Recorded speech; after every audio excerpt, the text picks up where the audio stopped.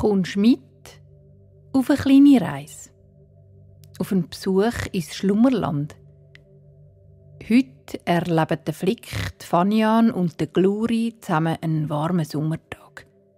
Sie essen leuchtig rote, magische Beeren, die machen, dass sie die Farbe annehmen von dem, was um sie herum ist. Ganz ähnlich wie bei einem Chamäleon. So planschen und schwimmen sie im warmen, grün-blauen See vor dem Flick seinem Zuhause. Also, dann machst du dir jetzt so bequem, wie es nur geht. Und dann machst du deine Augen zu. Der Ort, wo du bist, ist immer noch da, auch wenn du die Augen zu hast. Und jetzt stellst du dir vor, dass irgendwo da in der Nähe um dich herum eine Tür siehst. Eine Tür mit einer Türfalle. Wenn du jetzt die Türfalle abdrückst und durch die Türe durchgehst, bist du da. Im schönsten Land, das es gibt. Im Schlummerland.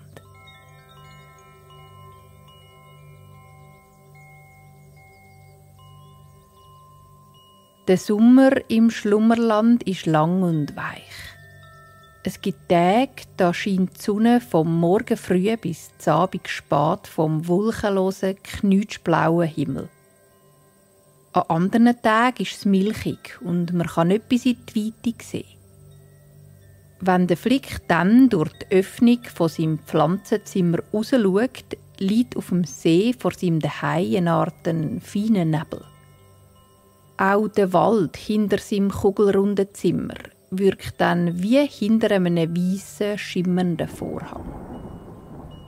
Es gibt im Schlummerland aber auch Sommertage, wo es gewittert und den ganzen Tag Regen vom Himmel fällt, wo es donnert und blitzt. An solchen Tagen bleibt der Flick gerne in seinem warmen, trockenen Zimmer und schaut raus über den dunkelblauen See. Seine Oberfläche ist dann ganz aufgewühlt von den vielen Regentropfen und dem stürmischen Wind. Allerdings bleiben auch nicht alle Munds bei Gewitter daheim. Die Fanian zum Beispiel findet es etwas vom Schönsten, wenn sie im Regen durch den Wald spazieren kann. Dann tropft ihr das frische Wasser von den Blättchen aufs Fell und sie kann in der Pfütze, die sich bildet, einen stampfigen Regentanz aufführen. Der Flick und Fanian, das sind Munds. Und Munds sind gemütliche, neugierige und sehr freundliche Wesen, die zusammen mit vielen anderen Tieren und Pflanzen im Schlummerland wohnen. Wohnen tun sie alle ein bisschen unterschiedlich. Die einen allein, andere zu zweiten oder auch in kleinen oder grösseren Gruppen.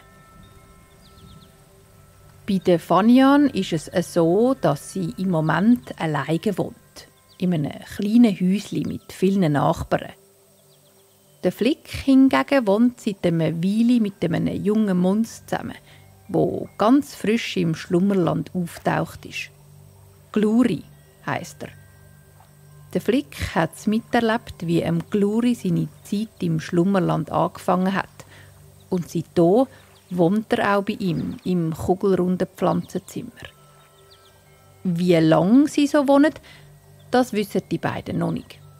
Halt einfach so lange, bis sie spüren, dass jetzt eine Veränderung schön wäre. Heute haben der Flick, der Gluri und die Fanian miteinander abgemacht. Weil es ein warmer, sonniger Sommertag ist, haben die Mundsfreunde sich überlegt, im See vor dem Flick seinem Haus zu baden. Der Flick und der Gluri haben gerade etwas Kleines gegessen. Und zwar eine vom Flick seiner Morgenspezialitäten. Es ist eine süßliche, helle Creme, die der Flick aus Kokosnüssen macht. Dafür knackt er die Kokosnuss mit einem Stein abeinander und reibt dann das weisse, harte Fruchtfleisch an einem Stecken zu vielen schmalen Kokosspänen. Die verrührt er dann mit ein bisschen Wasser und mit geschälten, weichen Pfirsich aus dem Garten. So entsteht ein hell-orange, weicher Schaum, wo süß und fettig und unglaublich fein zum Auflöffeln ist. Der Gluri hat das Schüsseli am Schluss sogar ausgeschleckt und sich die Creme so bis auf die Nase und auf die Backen geschlirgt. Satt und zufrieden sitzen der Flick und der Gluri jetzt vor dem Pflanzenzimmer im weichen Sand. Über ihnen steht ein riesiger Baum, der dafür sorgt, dass die beiden nicht in der Sonne, sondern im Schatten sitzen. Der Gluri grabt seine Füße in den Sand und spürt, wie er unter der Oberfläche noch ein bisschen kühl und feucht ist. Er seufzt glücklich und macht die Augen zu. Und dann schnauft er tief ein und aus.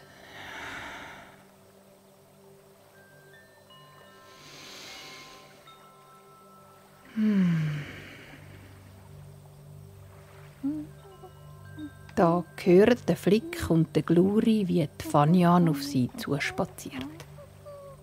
Sie summt ein feines Liedli und hüpft ganz leicht über den langsam, sanft aufgewärmten Sand.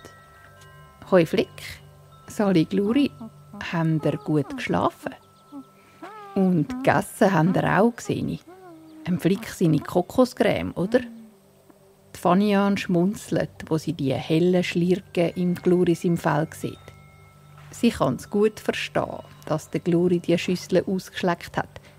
Sie hat das Essen vom Flick nämlich auch sehr gern.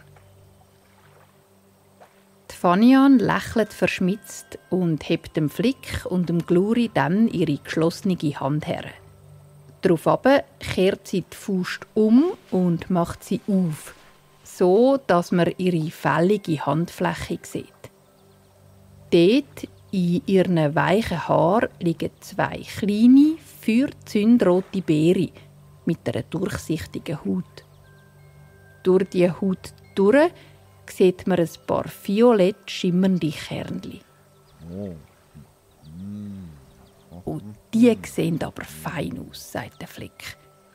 Sind die für uns zum Essen? Die Fanian nickt. Ja, und das sind ganz besondere Beeren, die ich auf dem Weg hierhin gefunden habe. Die Appa hat mir mal erzählt von denen. Es sind Beeren, die nicht süß, sondern salzig schmecken. Und sie haben ganz eine spezielle Wirkung.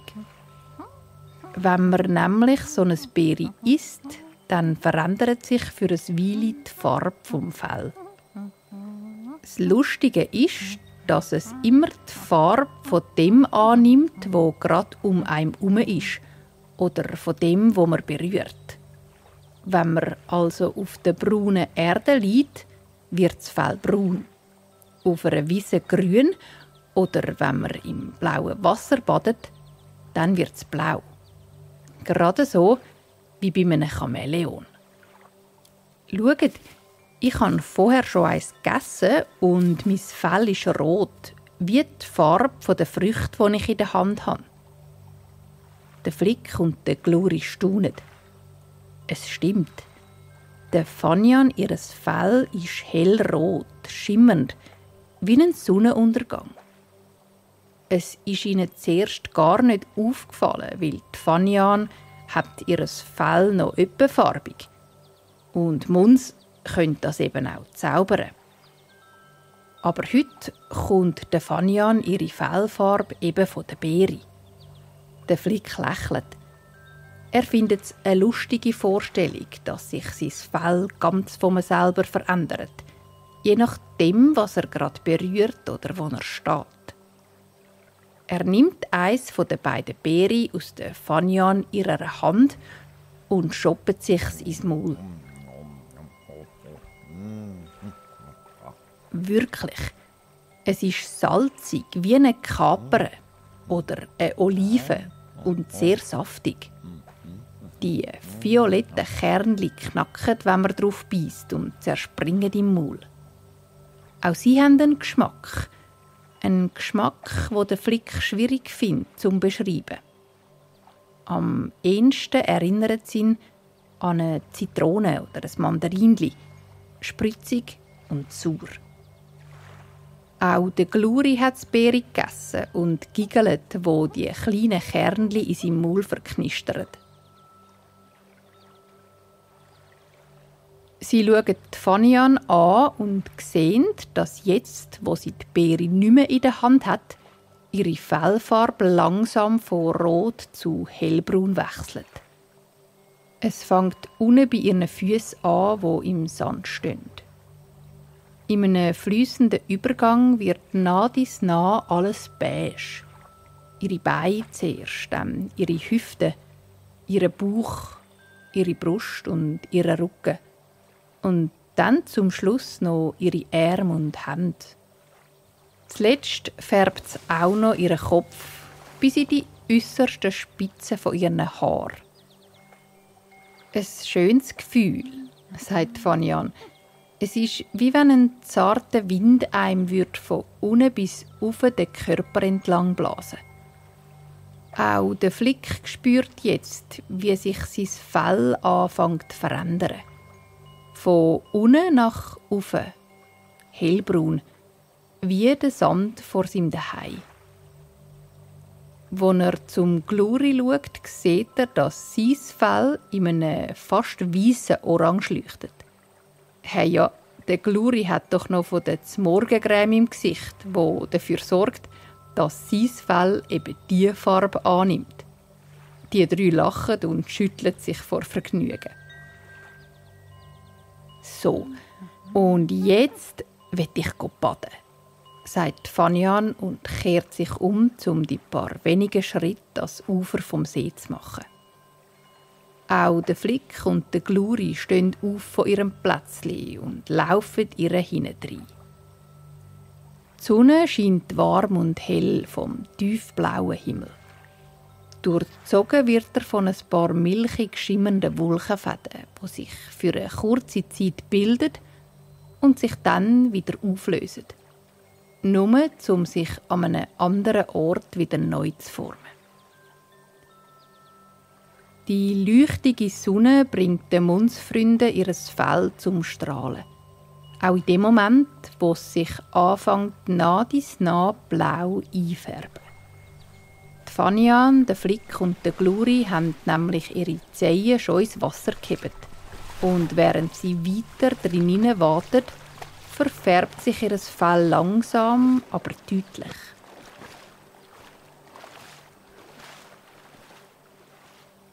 Bis in die äußersten Haarspitzen an den Fingern und an den Zehen leuchtet sie in den verschiedensten Blautönen. Ganz ähnlich wie das Wasser, das um sie herumfliesst, ist das Fell mal ein bisschen dunkler und mal ein bisschen heller. An gewissen Stellen fast grünlich und an anderen fast schwarz. Es sieht so aus, wie wenn die Mund verschmelzen mit dem Wasser. Und wenn da nicht ihre grossen Augen wären, dann könnte man sie fast nicht sehen von weitem.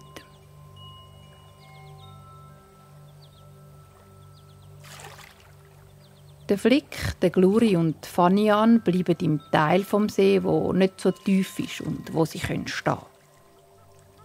Die Fanian spritzt den Gluri nass, der Gluri den Flick, und schon gleich sind die drei Munds mitten in einer lustigen Wasserschlacht. Sie giggeln und prusten und lassen sich hinterschi ins kühle, frische Wasser fallen. Nach einer Weile läuft Fanian etwas weiter ins Wasser rein und auch der Gluri und der Flick schwimmen raus in den See. Das Wasser ist angenehm kühl und der Flick hat richtig Lust, um ein Moment abzutauchen. Er holt tief Luft und zieht dann seinen Kopf unter Wasser.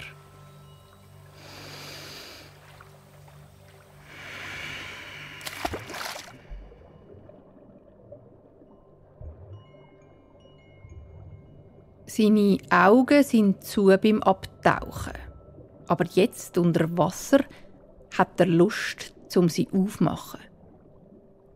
Er schaut umeinander und sieht nicht weit weg von sich den Gluri und die Fanian mit den Beinschwadern.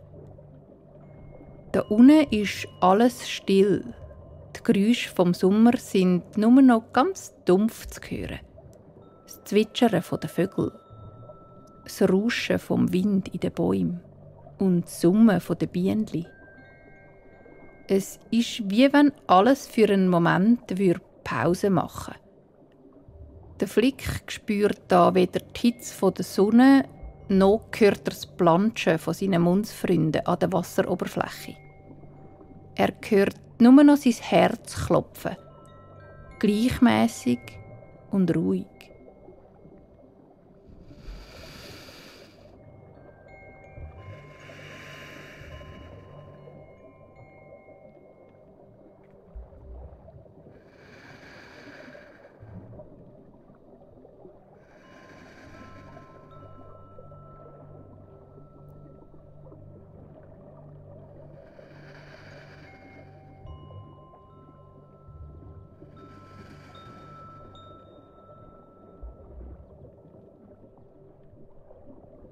Die Beeren machen, dass der Flick und seine Freunde verschmelzen mit der Umgebung.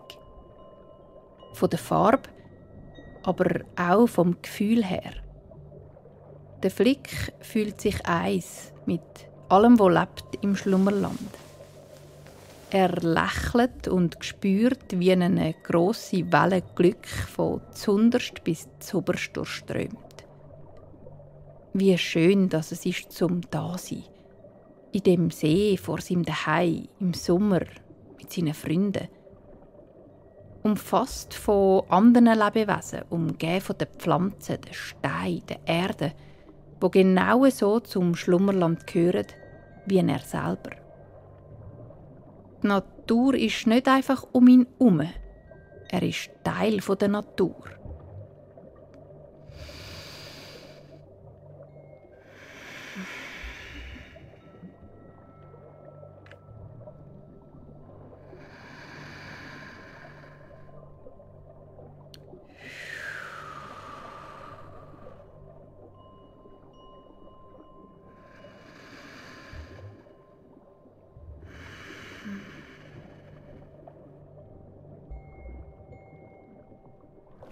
Der Flick taucht wieder auf. Er holt tief Luft und hört wieder seine beiden Freunde, wie sie lachen und sich gegenseitig mit Wasser anspritzen.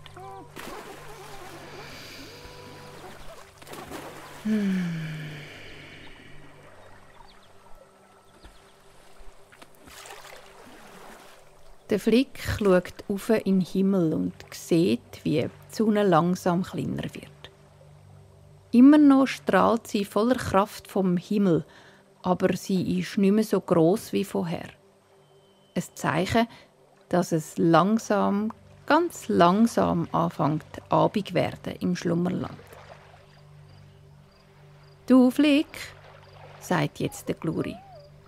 «Was meinst du? Kommst du auch mit raus? Die Fanian und ich sind ein bisschen müde und wir würden gerne am Strand ein bisschen ausruhen.» Der Flick nickt. Das findet er eine gute Idee vom Gluri und der Fanian. Rausgehen, trocknen und ein bisschen schläfeln nach dem Schwumm im See, nach dem Spielen und Planschen und nach der stillen Pause unter der Wasseroberfläche.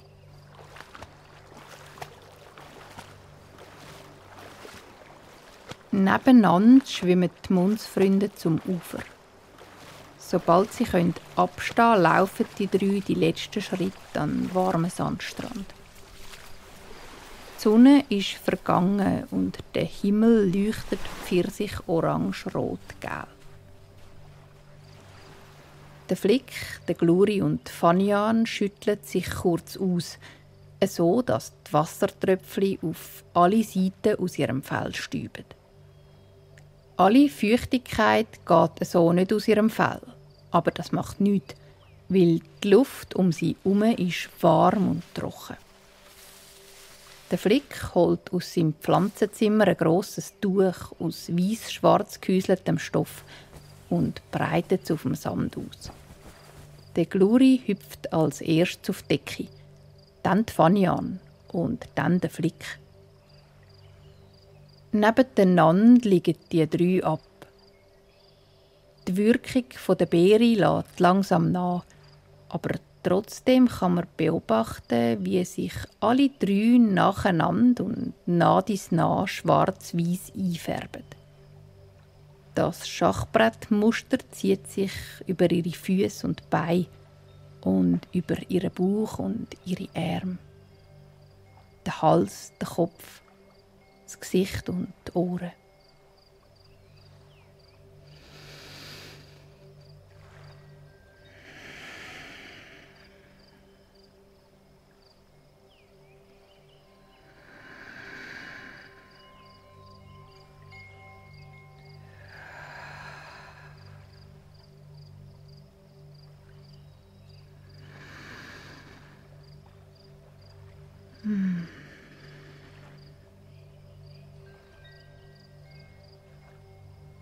Beim Flick gibt es ein besonders schönes Muster, weil bei seinem Gesicht ist das Fell so gefärbt, dass ein Auge schwarz und das andere weiß umrandet ist. Der Gluri lächelt, als er das sieht, und kuschelt sich an Flick an. Die Fanian liegt neben Gluri und legt sich auf die Seite, so, dass ihr Gesicht zu ihm zeigt. Der Gluri seufzt tief und zufrieden. Eingerahmt von Flick und Fanian hat er warm. Er fühlt sich sicher und beschützt, dreit und verbunden.